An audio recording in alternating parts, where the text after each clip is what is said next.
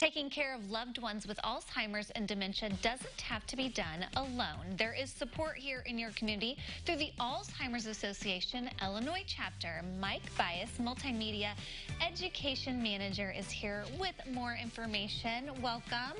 Hello, thanks for having me. Well, we're glad you're here so we can kind of talk a little bit about what you do with your podcast that you do.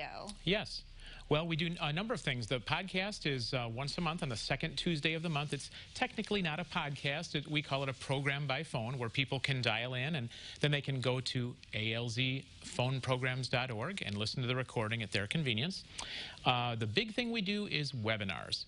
And you know, whenever I hear webinar in the corporate world, people think, oh no, it's going to be boring. But our webinars are not just a disembodied voice over a PowerPoint. Rather, we have the PowerPoint, but you see the presenter. And there's a live chat pods where you can ask questions and get those questions answered anonymously. So what kind of webinars are you hosting for what kind of audience? Well, the Alzheimer's Association is committed to leading the fight for research to find a cure for Alzheimer's and better treatments in the meantime. And until that time that we can find a cure, to improve the quality of life for all affected by Alzheimer's. So a lot of what we do is care and support, not only for the person with dementia or other forms of, or Alzheimer's or other forms of dementia, but also for their family. And I think, to me, having a dad who passed away from Alzheimer's, it is so, and then having a grandmother with dementia, it's so confusing to differentiate between the two, but there are differences. Yeah, it's the number one question that we get asked, what's the difference between Alzheimer's and dementia? And basically, everything is dementia when you have the cognitive issues. Alzheimer's is the number one cause of dementia.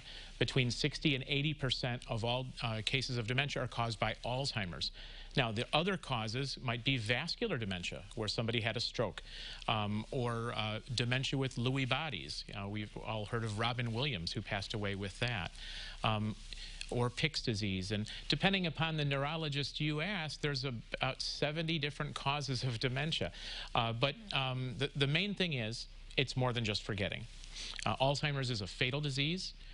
It's not just memory issues. It affects all of the daily activities of that person's life. And it's one of the leading causes of death here in the United States. Yes, it is. It's the sixth leading cause of death. And just in Illinois, we've got well over 200,000 people living with Alzheimer's disease.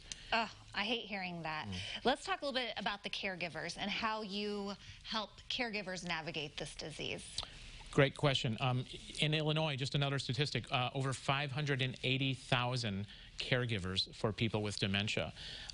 You know, we always say that Alzheimer's doesn't strike a person, it strikes that whole family.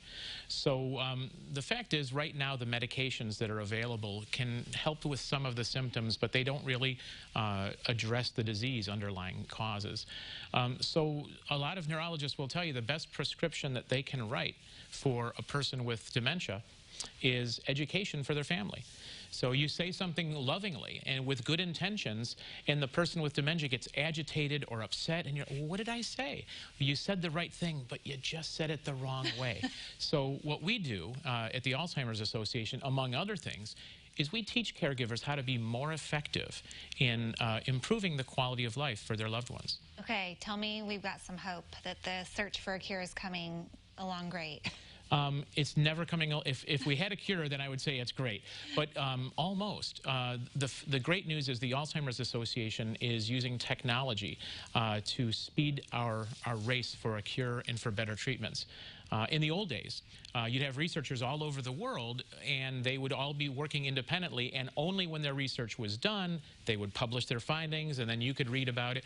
Well, now the Alzheimer's Association has brought researchers together from all over the world, where virtually, with the internet and through the Alzheimer's Association International Conference, they can kind of look over each other's shoulders while they're doing their research, before the research is funded, and it helps inform each other, these researchers, how they can speed toward a cure. Yeah, piggyback off each other. Very That's much great. So. Coming up on March, you've got a Spring into Healthy Living campaign starting March 19th, and that's when all these webinars are for people to come and check out Yes. online. Yes, you can go to alzwebinars.org. And at alzwebinars.org, you can find webinars every week of the month. However, on March 19th, we're doing a special series throughout the day, multiple times, the same program. It's called Healthy Living for Your Brain and Body, Tips from the Latest Research. And this is just under an hour, and then you can ask questions and get your answers. And it looks at, well, what can we really do? What does science show that we can do to lower our risk for Alzheimer's and other dementias and increase the quality of our life? Yeah, because I'm sure lots of people are interested in definitely not developing the disease over their lifetime. We appreciate your time and coming and all that information. There is a look at the Alzheimer's Association website, and we will have that on CILiving.tv after today's show.